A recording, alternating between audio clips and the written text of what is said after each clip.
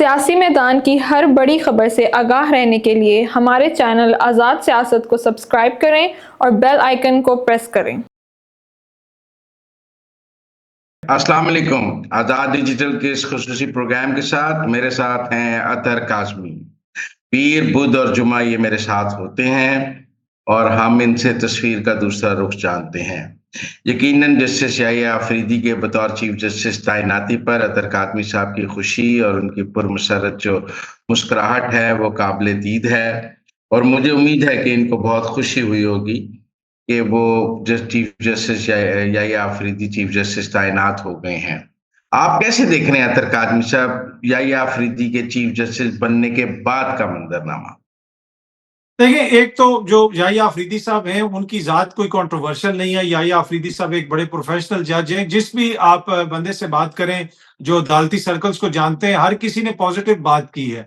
तो यहाँ पे इशू याहिया अफरीदी साहब का नहीं है, इशू ये है कि जिस तरीके से एक चीफ जस्टिस की तैनाती हुई है, वो लोग जो अदालतों में जाके जाके मुकदमात लड़ते हैं, आए रोज अदालतों में पेश होते हैं। अगर आप देख लें कि फारूक एच नाइक साहब जो हैं, वो सीटें मांगने अदालत गए हुए थे, लेकिन आज वो बैठ के नया चीफ जस्टिस लगा रहे हैं। इसी तरह आप दीगर लोगों को भी देख लें। तो मसला ये है कि क्या एग्जेक्टिव का ये इख्तियार होना चाहिए कि ऐसे चीफ जस्टिस को लगाया जाए? और फिर मंसूर अली शाह साहब ने कौन सा ऐसा गुनाह कर दिया कि जिसकी वजह से वो इस क्राइटेरिया पे पूरे नहीं आते? तो सबको नजर आ रहा है कि मकसद मंसूर अली शाह साहब को सजा देना है, क्योंकि ताकतवर लोगों की और हुकूमत की मंशा के मुताबिक उन्होंने फैसले नहीं दिए और काजी फाइज ईसा बनने से इनकार कर दिया। तो लिहाजा जो है उनको पनिशमेंट के तौर पे याहिया अफरीदी साहब को लगाया जा रहा है। बड़ा अनफॉर्चुनेट है, एक कंट्रोवर्शियल चीफ जस्टिस जा रहा है, उसने अदालत को उस हालत में छोड़ा है कि जहां पे अब कंट्रोवर्सी आने वाले दिनों में, महीनों में वो बरकरार रहेगी। देखें अतर काज़मी साहब, जब याहिया अफरीदी साहब सीनियर मोस्ट थे बतौर chief justice Peshawar high court, तो आपके पसंदीदा साकिब निसार साहब ने उनको इग्नोर करके और जो मुनीब अख्तर साहब सिंध हाई कोर्ट में चौथे नंबर पर थे, उनको सुप्रीम कोर्ट ले आए थे।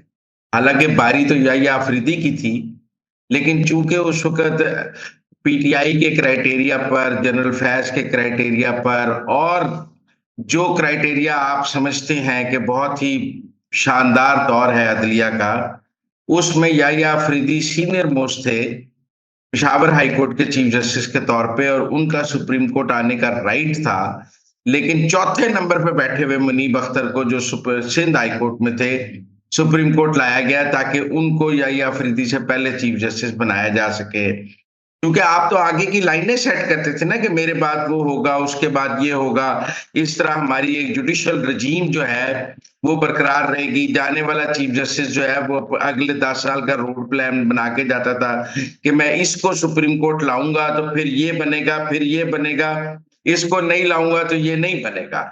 ये जो जुडिशरी के अंदर पिक एंड चूज चल रहा था, असल में जो बंदरबांट चल रही थी सुप्रीम कोर्ट में, आप कहें कि पाकिस्तान की पार्लियामान ने वो बंदरबांट तोड़ दी। इस सीनियरिटी के असूल की ये अदलिया हमारे साथ बात करती है। चौथे चौथे छठे छठे नंबर से ये उठाकर सुप्रीम कोर्ट में जज लेके आए, अपनी पसंद और नापसंद के ऊपर के वो इनके यस मैन थे क्योंकि वो मान ही नहीं सकते थे। उसके बाद तीसरे नंबर वाला इन्होंने लाहौर हाई कोर्ट का चीफ जस्टिस बनाया। उस वक्त तो अदलिया का खून नहीं हुआ, उस वक्त तो इंसाफ का खून नहीं हुआ। जब शुजात अली खान और बाकर नजफी को इसलिए हटाया गया, इसलिए नहीं बनाया गया कि जी बाकर नजफी साहब का रुझान जरा प्रो एस्टेब्लिशमेंट है। फिर तो जो आपने गुफ्तगू के शुरू में पहला जुमला बोला कि याहिया अफरीदी गैर मुतनाज़ और गैर सियासी जज है, फिर तो पहला क्राइटेरिया चीफ जस्टिस बनने का ये होना चाहिए कि उनकी किसी सियासी जमात से एफिलिएशन नहीं होनी चाहिए, उनका झुकाव किसी सियासी जमात की तरफ नहीं होना चाहिए। इन्होंने फिर वो चीफ जस्टिस लगाया है जिसको अतर काज़मी भी गैर मुतनाज़ कह रहा है और गैर सियासी कह रहा है। इससे ज्यादा मुझे और क्या चाहिए? इससे ज्यादा इंसाफ की जीत क्या होगी, अदलिया की जीत क्या होगी? मुजम्मिल साहब, इशू ये है कि इशू जातियात का नहीं है, मसला बड़ा है यहाँ पे कि किस तरीके से लगाया जा रहा है। अगर आपने बिल्कुल गैर सियासी लगाना है तो फिर किसी सरकारी इदारे से कोई अफसर लगा दें। मसला ये है कि जनरल फैज का जज आपको पसंद नहीं है तो उसके बाद जो आने वाले हैं उनके जज आपको पसंद है। इशू ये है कि कौन लोग लगाएंगे जज। अब आप उस कमेटी को देख लें, वो जो कमेटी है, उस कमेटी में कल सारा दिन हुकूमत वाले दौड़ते रहे कि हमने पीटीआई वालों को राजी करना है कि वो भी बैठे हमारे साथ और नया चीफ जस्टिस लगाएं। वो किसको राजी कर रहे थे? साहिबजादा हामिद रजा और बैरिस्टर गौहर को, जिनके ऊपर इस रियासत ने इस वक्त मौजूदा इस महीने में दहशतगर्दी के मुकदमे दिए। वो दहशतगर्द हैं आपकी और मेरी रियासत की नजर में, लेकिन वही लोग बैठ के नया चीफ जस्टिस लगाएंगे। वो ख्वाजा आसिफ साहब जो कुछ अर्सा पहले तक अदालतों के चक्कर लगा रहे थे, वो एहसन इकबाल साहब जिनके मुकदमे अदालतों में चल रहे थे, वो राजा परवेज अशरफ जिनके ऊपर संगीन नौयत के करप्शन के इल्जामात थे, वो जनाब हमारे दीगर भी जितने भी दोस्त हैं इसके अंदर, अगर आप उनको देख लें, मेजॉरिटी ऐसे या तो उनके ऊपर मुकदमात हैं या फिर वो डायरेक्टली अदालतों के साथ उनका ताल्लुक होता है। फारूक एच नाइक मखसूस नशिस्तें लेने सुप्रीम कोर्ट पहुंचे हुए थे, वो पेशावर हाई कोर्ट भी गए थे। अब यही लोग सारे बैठ के एक नया चीफ जस्टिस लगा देंगे। मतलब अकल मंतक कोई मानती है? अमेरिका की मिसालें दी जाती हैं। अमेरिका में क्या जो कांग्रेस है वो एग्जेक्टिव का पार्ट है, ये सारे तो एग्जेक्टिव का पार्ट हैं। यहाँ पे वजीर कानून जो है वो एग्जेक्टिव का पार्ट है, बाकी जो दीगर लोग हैं वो सारे एग्जेक्टिव का पार्ट हैं, उन जमातों का हिस्सा हैं। यहाँ तो पार्लियामेंट से एग्जेक्टिव आती है। तो मेरे ख्याल में बड़ी पिक्चर ये है कि वो लोग जिनके ऊपर इस तरह के मुकदमात हैं, मतलब आप छोड़ दें, नून लीग वाले और पीपल्स पार्टी वाले तो दूध से धुले हुए हैं ना, वो तो अतर का आदमी खाम खा झूठ बोलता है। लेकिन जो पीटीआई के इन्होंने दो बंदों को कल राजी करते रहे, उन पे दहशतगर्दी के मुकदमे दिए हैं हमारी रियासत ने, और इनको कह रहे आओ नया चीफ जस्टिस लगाओ। इससे ज्यादा जोक हो सकता है इस रियासत के साथ? नहीं, देखिए, किसी पर मुकदमा होना ना उसको पार्लियामान का मेंबर होने से रोकता है, ना उसको इस मुल्क में हक हुक्मरानी से रोकता है, और ना ही उसको पार्लियामान के फैसले करने से रोकता है। वो पार्लियामान का मेंबर हो सकता है जब तक कि वो सजा याफ्ता ना हो। मुकदमा होना आपकी कोई ऐसी दलील नहीं है जिसकी बुनियाद पर मैं ये कहूं। देखिए, इस पार्लियामानी कमेटी ने कोई अक्सरियत से फैसले नहीं करने, इसने 2/3 अक्सरियत से फैसले करने हैं। मतलब हुकूमतें तो सादा अक्सरियत पर बनती हैं, इसने मतलब कि मुल्क का चीफ जस्टिस लग रहा है और जिनके ऊपर दहशतगर्दी के मुकदमे, सर फिर जेल से भी जो कैदियों का भी एक नुमाइंदा रख लेते साथ, अडियाला जेल से भी, और हर जेल से एक एक ले लेते कैदी, नौसरबाज, डकैत, हर कैटेगरी के एक मुजरिम और मुलजिम की नुमाइंदगी होनी चाहिए थी इस कमेटी के अंदर। फिर तो देखें, ये मैं जो आप नैरेटिव बना रहे हैं ना, मैं ये आइन और कानून के मुनाफी है। क्योंकि आप बड़ी सिंपल बात समझे, क्योंकि एफआईआर होना किसी के मुजरिम होने का, जुर्म साबित होने का कोई सबूत नहीं है। सजा याफ्ता पार्लियामेंट का मेंबर नहीं हो सकता, वो कमेटी में नहीं बैठ सकता। जब तक कोई सजा याफ्ता नहीं है तब तक वो उस कमेटी में बैठ सकता है। बाकी आपकी नैरेटिव बिल्डिंग है, आपकी तकरीर है, वो अपनी जगह बड़ी अहम है। लेकिन मैं ये कहता आज मैं ये कहता हूं कि जो 2/3 अक्सरियत से जब इस मुल्क में देखें, जुडिशरी ने अब क्या सीनियरिटी के असूल को सबसे ज्यादा पामाल तो जुडिशरी ने किया है। और आप क्या कहते हैं कि क्या चीफ जस्टिस उसको होना चाहिए जिसका दामाद जो है वो काबीना के अंदर बैठा हो? हमने तो ऐसा चीफ जस्टिस भी देखा है इस लाहौर हाई कोर्ट का, जिसका दामाद पीटीआई का सीनियर वजीर था और रात को मिनिस्टर के घर पे पूरी पूरी लाहौर हाई कोर्ट के जजेस बैठे होते थे। तब क्या एग्जेक्टिव नहीं थी? सोशर की अदालत नहीं थी? रात 11 बजे तक इमरान खान के लिए जज बैठे रहते थे, क्योंकि दामाद की हाई कोर्ट थी, सोशर चीफ जस्टिस था, दामाद वजीर था। वो अपने सोशर को हुक्म करता था कि आपने रात 11 बजे तक मेरे लीडर के लिए अदालत खोलनी है, और रात 11 बजे तक अदालतें खोलता था सोशर, क्योंकि उसके दामाद ने वहां से वजारत लेनी होती थी। तो इस मुल्क में जुडिशरी ने बहुत रेडिक्यूल किया है निजाम इंसाफ को। इसको ठीक करने के लिए हमें गैर सियासी और गैर मुतनाज़िर। अच्छा मंसूर, अब ये तो बताइए ना मुजम्मल साहब, आपकी नजर में अब मंसूर अली शाह साहब और जस्टिस मुनीब कैरी ऑन करेंगे या इस्तीफा दे देंगे, क्या होगा? देखिए, आइन में उनको कैरी ऑन करने की कोई नहीं रोकता। लाहौर हाईकोर्ट में शुजात अली खान और बाकर नजफी साहब ने कैरी ऑन किया है, और वो अभी भी बैठे हैं। लेकिन उनकी एक राय ये है कि जी हम सुप्रीम कोर्ट में एलिवेट हो सकते हैं, लिहाजा हमारे पास अभी प्रमोशन का एक चांस है कि अगर हम चीफ जस्टिस नहीं बने तो हम सुप्रीम कोर्ट में एलिवेट हो सकते हैं। लेकिन मुझे लगता है मंसूर, ये अब अपने अपने जमीर और अपनी अपनी इखलाकी कदरों की बात है। आइन उन्हें कैरी ऑन करने से नहीं रोकता। इसका मतलब ये नहीं है कि वो सुप्रीम कोर्ट के जज नहीं है, इसका मतलब ये नहीं है कि वो प्रैक्टिस एंड प्रोसीजर कमेटी में होंगे या नहीं होंगे, इसका ये मतलब नहीं है कि अगर वो चीफ जस्टिस नहीं बने तो वो कोई मुकदमात नहीं सुन सकते। वो अपने तौर पे जज सुप्रीम कोर्ट के तौर पे काम कर सकते हैं, लेकिन अगर वो ना करना चाहे। वैसे मुजम्मल साहब, जाएगा उनके इस्तीफे से, को पाकिस्तान में कोई बहरान नहीं आ जाएगा उनके इस्तीफे से। अगर वो ये समझते हैं कि वो ये रिवायत डालना चाहते हैं कि कोई भी सुपरसीड हो जाए तो उसको रिजाइन करना चाहिए, तो वो ये रिवायत डाल सकते हैं। अभी तक ये रिवायत अदलिया में मौजूद नहीं है, लेकिन अगर वो ये रिवायत डालना चाहते हैं तो जरूर डालें। हम आगे देखेंगे कि आपको ये तो बड़ी खुशी होगी, है। आपको तो बड़ी खुशी होगी अगर वो चले जाएंगे तो। नहीं, हमें क्यों खुशी होगी? खुशी क्यों होगी? वरना आइन में ये भी तरमीम की जा सकती थी कि जो सुपरसीड हो जाएगा वो ऑटोमेटिकली रिटायर हो जाएगा। हाँ, ये जब मुजम्मिल आइन साहब आपने बड़ी बड़ी खूबसूरत बात की कि आइन में ये भी तरमीम की जा सकती थी, जब आइन आपके घर की लोंडी बन जाए तो फिर आइन को आप जो मर्जी करें, उसमें तरमीम करके आप एक तहसीलदार को चीफ जस्टिस लगा दें। इस वक्त हालात तो यही हैं कि जो मर्जी आपका हो रहा है, जिस तरीके से आइनी तरमीम हुई वो भी पूरी कौम के सामने है। लेकिन एक खबर मैं भी आपको दे दूं, मुझे नहीं लगता कि याहिया अफरीदी साहब इस ओहदे को कबूल नहीं करेंगे। बहुत सारे लोग ये कह रहे हैं कि वो कबूल नहीं करेंगे और वो कहेंगे कि नहीं, किसी और का हक है। मुझे ये लगता है कि वो कबूल कर लेंगे। मुझे कोई ज्यादा हिलजुल नजर नहीं आ रही उस फ्रंट पे। आप इससे मुतफिक हैं? आपको क्या लगता है? देखिए, मेरे ख्याल में अगर उन्होंने नहीं बनना था तो उन्हें कमेटी को ये खत लिख देना चाहिए था कि आप मेरा नाम जेर गौर ही ना लाएं। ज्यादा बेहतर बात, जब 3 नाम मांगे गए थे तो वो कमेटी को खत लिख देते कि मैं तीसरे नंबर पर हूं, आप मेरा नाम जेर गौर मत लाएं। जैसे उन्होंने जब प्रैक्टिस एंड प्रोसीजर का ऑर्डिनेंस आया तो उन्होंने नई कमेटी में बैठने से रिक्यूज कर दिया था, तो वो रिक्यूज कर सकते थे कि मेरा नाम जेर गौर ना लाया जाए। लेकिन अब इस मौके पे उनका रिक्यूज करना तो एक पॉलिटिकल ड्रामा होगा। वो आज का जी। दिन भी गुजर गया, कल का दिन भी गुजर गया, तो मुझे लगता है वो कबूल करेंगे और 26 को हलफबर्दारी होगी। लेकिन अगर वो नहीं करेंगे तो आइन में रास्ता मौजूद है, अगला लग जाएगा। इसमें ऐसी कौन सी बात है? ये निजाम और ये अब मूवमेंट के है, निजाम कोई डेड एंड पे तो खड़ा नहीं हो जाता। ये थोड़ी है कि खान नहीं तो पाकिस्तान नहीं वाली बात नहीं है। यहाँ अफराद आते जाते रहते हैं, निजाम ने चलना है, किसी एक फर्द के गिर्द निजाम नहीं घूम रहा। और मूवमेंट, मुझे तो फिलहाल मूवमेंट थोड़ी सी लगता है कि स्लोली टेक ऑफ करेगी, वो क्लब मूवमेंट। मुझे लगता है टेक ऑफ ही नहीं करेगी यार। आपको स्लो नहीं लगता है? ये बुकला मूवमेंट है, कुछ 7 दफा ट्राई हो चुकी है। ये कब नहीं ट्राई, ये पिछले 2 साल में इसकी 7 ट्राइयां मुख्तलिफ हो चुकी हैं और 7 दफा ऐसी कोशिश हो चुकी है कि किसी तरह बुकला तहरीक चला ली जाए। तो 7 मतलब कि पर आपको नहीं लगता कि जिस तरीके से अदालतों को बेवकूफ किया जा रहा है, मुजम्मिल साहब, ये मेरे और आपका सियासी इख्तलाफ हो सकता है, नजरियाती इख्तलाफ हो सकता है, लेकिन हम इस मुल्क के शहरी हैं। क्या हम एक ऐसी रियासत में रहना चाहते हैं जहां पे सुप्रीम कोर्ट के फैसलों को उड़ा दिया जाए? आज की मिसाल आप देख लें कि आज बुशरा बीबी की जमानत हुई है और रोजगार जारी नहीं हो रहा। जिस वक्त तक हम ये वीडियो रिकॉर्ड कर रहे हैं, अभी ब्रेकिंग न्यूज मीडिया पे भी आ रही थी कि दोनों जज साहिबान जो नीचे लोअर जुडिशरी के हैं वो गायब हो गए हैं। एक जनाजे पे चला गया और एक पता नहीं किधर है, और हाई कोर्ट से जमानत हुई है।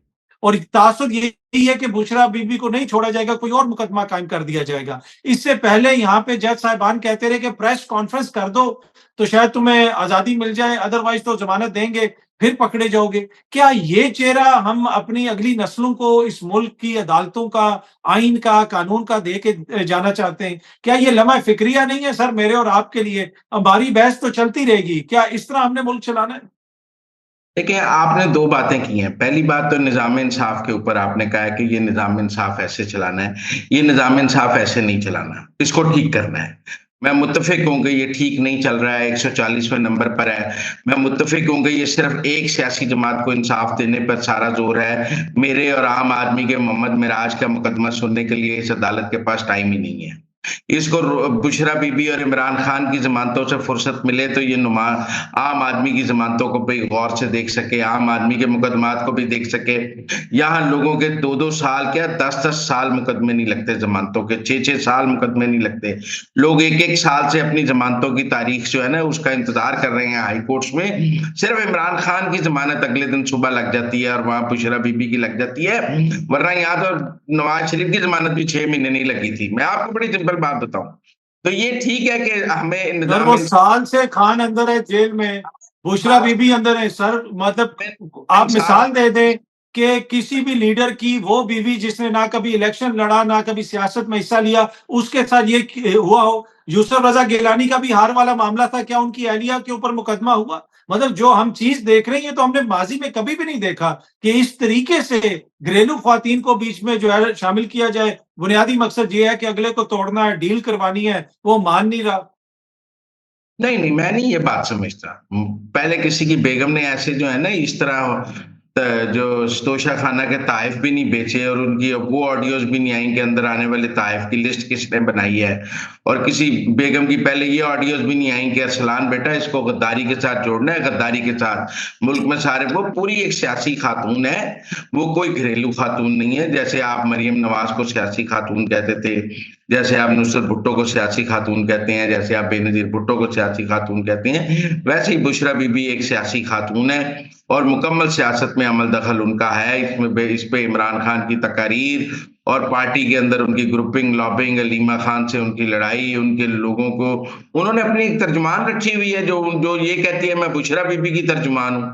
वो कोई सियासी खवातीन ही अपनी तर्जुमान रखती हैं, कभी घरेलू खवातीन ने अपनी तर्जुमान रखी है। बाकी ये एक दिन कारना जारी होना, अगले दिन सुबह जारी होना, ये नॉर्मल प्रोसीजर है। पाकिस्तान के आम आदमी के साथ ये रोज होता है। आपको आदत नहीं है क्योंकि जज आपके घर की लौंडी रहे हैं। आपके घर तो जज तो आपके घर को रोजगार दे के आते रहे मियाँ साहब की बात कर रहे हैं आप? मियाँ साहब की बात कर रहे हैं जिनका बायोमेट्रिक एयरपोर्ट के ऊपर हो जाता है। देते रहे हैं। आपको बड़ी परेशानी है कि अदालत में जज 4 बजे घर चला गया है। इसको तो बैठना चाहिए था कि बुशरा बीबी की रोकथार है। ये हजारों लाखों करोड़ों पाकिस्तानियों को तो अगले दिन सुबह रोकथार जारी हो जाती है। इसकी जरूरत है इसने बुशरा बीबी के लिए रात 10 बजे तक अदालत नहीं खुली रखी।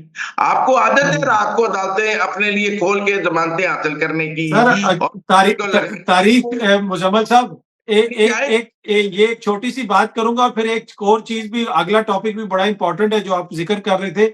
मसला ये कि तारीख गवाह है, जो रात की तारीखी में यहाँ पे आइन के चेहरे के ऊपर, इस जमहूरियत के चेहरे के ऊपर, पार्लिमानी निजाम के चेहरे के ऊपर जो स्याही पीडीएम और उनके इत्तेहादियों ने मली है उसकी कोई नजीर नहीं मिलती। इनकी तो कानून साजी भी आधी रात को होती है। ये कोई भी इनका आप देख लें, कोई चीज हो, इनके हलफ आधी रात को होते हैं। ये इनकी कोई तहरीक आनी हो वो आधी रात को होती है। दिन की रोशनी में तो ये लोग कुछ कर ही नहीं सकते। मसला ये है कि आज आपको बुशरा बीबी इतनी बड़ी खुदा ना खास्ता मुलजिम और मुजरिम नजर आ रही है, बाकी जो पूरे सिस्टम के अंदर जो कुछ हो रहा है वो आपको नजर नहीं आ रहा। तो ये आपकी उसने नजर है। मेरे ख्याल में ये जब तक आपके ये जो एनके आपने पहनी हुई है इनसे तासुब नहीं हटेगा तो आपको कुछ भी नजर नहीं आएगा। आपको खान की अकेली बहन भी जेल के बाहर खड़ी भी नजर नहीं आएगी। क्या हमने यहाँ पे देखा कि मियाँ साहब की बहनें इंसाफ लेने के लिए फिर रही हो? क्या हमने यहाँ पे देखा कि जनाब साबिक वजीर आजम की बीवी के साथ ये सलूक किया जा रहा हो? ये एक लम्हा फिक्री है मेरे और आपके लिए, ये कोई खुशी का मुकाम नहीं है, चाहे किसी भी जमात के साथ हो। दूसरी जरा ये भी बता दें कि ये जो आईनी तरमीम मंजूर करवाने के लिए लोटे खरीदे गए हैं, जो लोटे खरीदे गए हैं, ये कैसे खरीदे गए लोटे जो आईनी तरमीम के लिए लोटे बने? अतर कादमी साहब, हमने यहाँ जहांगीर तरीन की घरेलू बेटियों को भी अदालतों के में मुलजिम के तौर पर पेश होते देखा है। हमने यहाँ शहबाज शरीफ की उन बेटियों को जिनको कभी कोई नाम नहीं जानता था, जिनकी कभी कोई मीडिया में तस्वीर नहीं आई थी, उनको भी अदालतों में घसीटे जाते देखा है। हमने यहाँ ये भी देखा है कि नवाज शरीफ अपनी बेटी से जेल में मिल रहा था, मरियम नवाज से, तो उस बाप के सामने बेटी को इसलिए गिरफ्तार किया गया ताकि इसकी तस्दीक हो सके, और उसकी छोटी कुछ हाथ इसलिए रखी, मौके पे से रखी ताकि उसकी मजीद तस्दीक हो सके, अपनी औलाद के सामने भी, एक बाप के सामने भी तस्दीक की जा सके और एक बेटी के सामने उसकी माँ की तस्दीक की जा सके। आप उस वक्त छुट्टियों पर थे, पाकिस्तान में नहीं थे, वरना आपको ये सब कुछ याद कैसे ना होता। आपको तो आज इमरान खान की बहन बाहर जेल में खड़ी नजर आ रही है, वो डी चौक में खड़ी नजर नहीं आ रही थी जब वो, ये शहबाज शरीफ की बेटी तो किसी डी चौक पे नहीं खड़ी थी। आप मेरी बात समझे। तो क्या पाकिस्तान का शहरी डी चौक में खड़ा नहीं हो सकता? सुनो, जहांगीर तरीन की बेटियां तो किसी डी चौक में नहीं खड़ी थी। ये जो आपने इस मुल्क में बहू बेटियों के साथ सलूक किया है आपकी हुकूमत ने, वो सबको याद है। खुदा का खौफ करें, खुदा का खौफ करें। ये जो 2 सालों के दौरान यहाँ पे ख्वातीन के साथ हुआ है मुजम्मल साहब, ये आज यास्मीन राशिद जो है ये नून लीग की सदर है, आज जो है जो बंद किया हुआ है, जिसको ये जो खदीजा शाह को बंद रखा, जो दीगर ख्वातीन के साथ किया, ये सारे नून लीग के लोग थे। जो इन्होंने बर्बरियत की है, और जो हमारी फैमिली वैल्यूज को रौंदा है, उसकी तो कोई नज़ीर नहीं मिलती। लोगों के घरों में छापे मारे गए, जो कुछ भी हुआ। लेकिन देखिए टाइम की कमी है, जिस आपको भी पता है, बहस तो बड़ी लंबी हो सकती है। ये तो बताएं ना, मुल्क की ये रियासत ने 9 मई के मुल्जमान के साथ बहुत नरमी की है, जिनमें खदीजा चलें। शाह भी शामिल है, यार जिनमें फिर आप ही चीफ जस्टिस बन जाएं, शामिल है। आप ही चीफ जस्टिस बन जाएं, और इसी प्रोग्राम के आखिर तक आप मुझे, सर आप चीफ जस्टिस बने, जस्टिस मुजम्मल साहब, आप इस सूरत प्रोग्राम में मुझे भी सजा सुना दें। जस्टिस मुजम्मल साहब, इसी प्रोग्राम में मुझे भी सजा सुना दें ताकि इंसाफ हो। आप ही कोई फैसला कर दें रियासत से, तो आप नाखुश हैं कि रियासत ने और क्या करे, इससे ज्यादा क्या करे, मुकदमे कर रही है सब पे। निजाम ने, निजाम इंसाफ ने सजाएं नहीं दी हैं।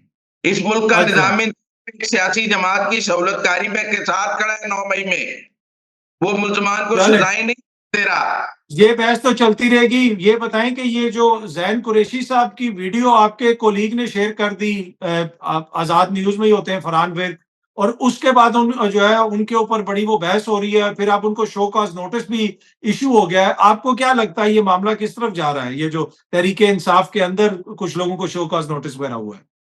वो भाई तहरीक इंसाफ की क्या बात करें। आधी तहरीक इंसाफ कहती है बैरिस्टर गौहर गद्दार है, आधी तहरीक इंसाफ कहती है अली अमीन गंडापुर गद्दार है, आधी तहरीक इंसाफ कहती है जैन कुरैशी गद्दार है।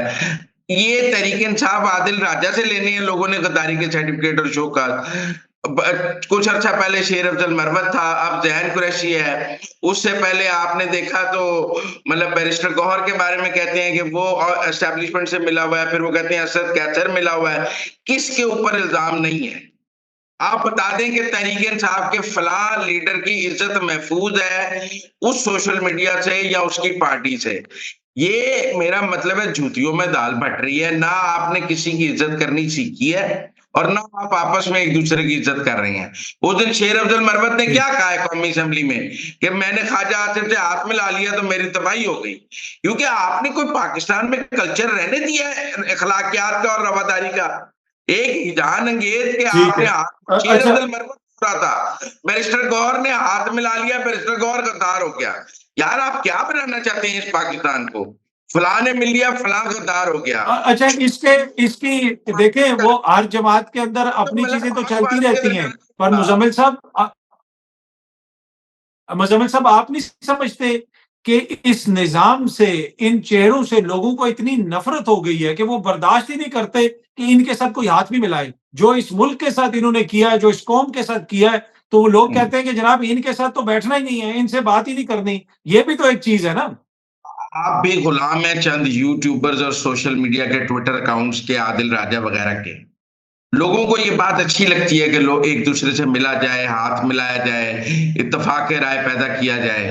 वरना सब मौलाना फजलुर रहमान को बुरा कह रहे होते जिसने इस मुल्क में कंसेंसस की सियासत की है। ये आप जो पीटीआई का कल्ट कल्चर है, जो आपने एक सोशल मीडिया ब्रिगेड पैदा की है नफरत के लिए, ये उसका कल्चर है जो गालियां देता है, जो गद्दारी के सर्टिफिकेट भागता है। अभी जैन कुरैशी ने वोट ही नहीं डाला, आप उसको क्या शोकात दे सकते हैं?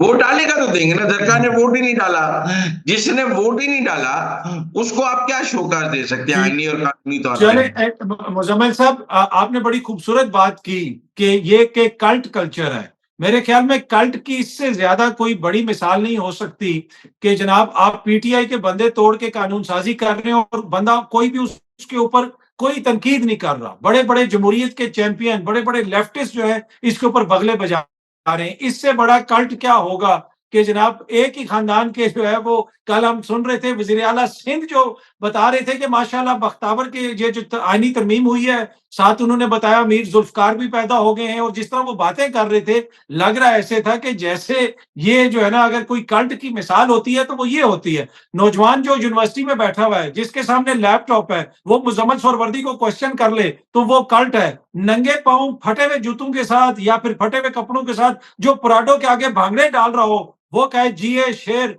वो बड़ा जो है बाशऊर वर्कर है। खुदारा ऐसे ना करें, अवाम के शऊर की तौहीन ना करें। लोग आपको क्वेश्चन करते हैं, आप उनको कल्ट बना देते हैं। ये कल्ट नहीं है, ये अवाम का इज्तिमाई शऊर है, और अब ये बातें ज्यादा देर अवाम बर्दाश्त नहीं करेगी। ठीक है, गालम गलूच कल्ट है। शऊर, गालम गलूच कोई शऊर नहीं है। एक दूसरे को गंदी गालियां देना कोई शऊर नहीं है। ये बात तहजीबी है, ये बात ये तो इखलाकी है।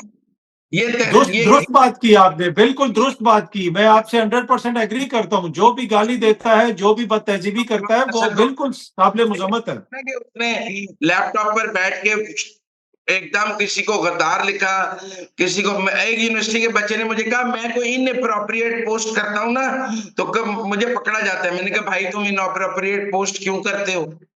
तुम अपनी पोस्ट को पहले खुद इनअप्रोप्रिएट कहते हो, फिर जस्टिफाई करते हो कि मुझे इसमें पकड़ा ना जाए। तुम क्यों इदारों को गालियां निकालते हो? तुम क्यों शख्सियात को छेड़ते हो?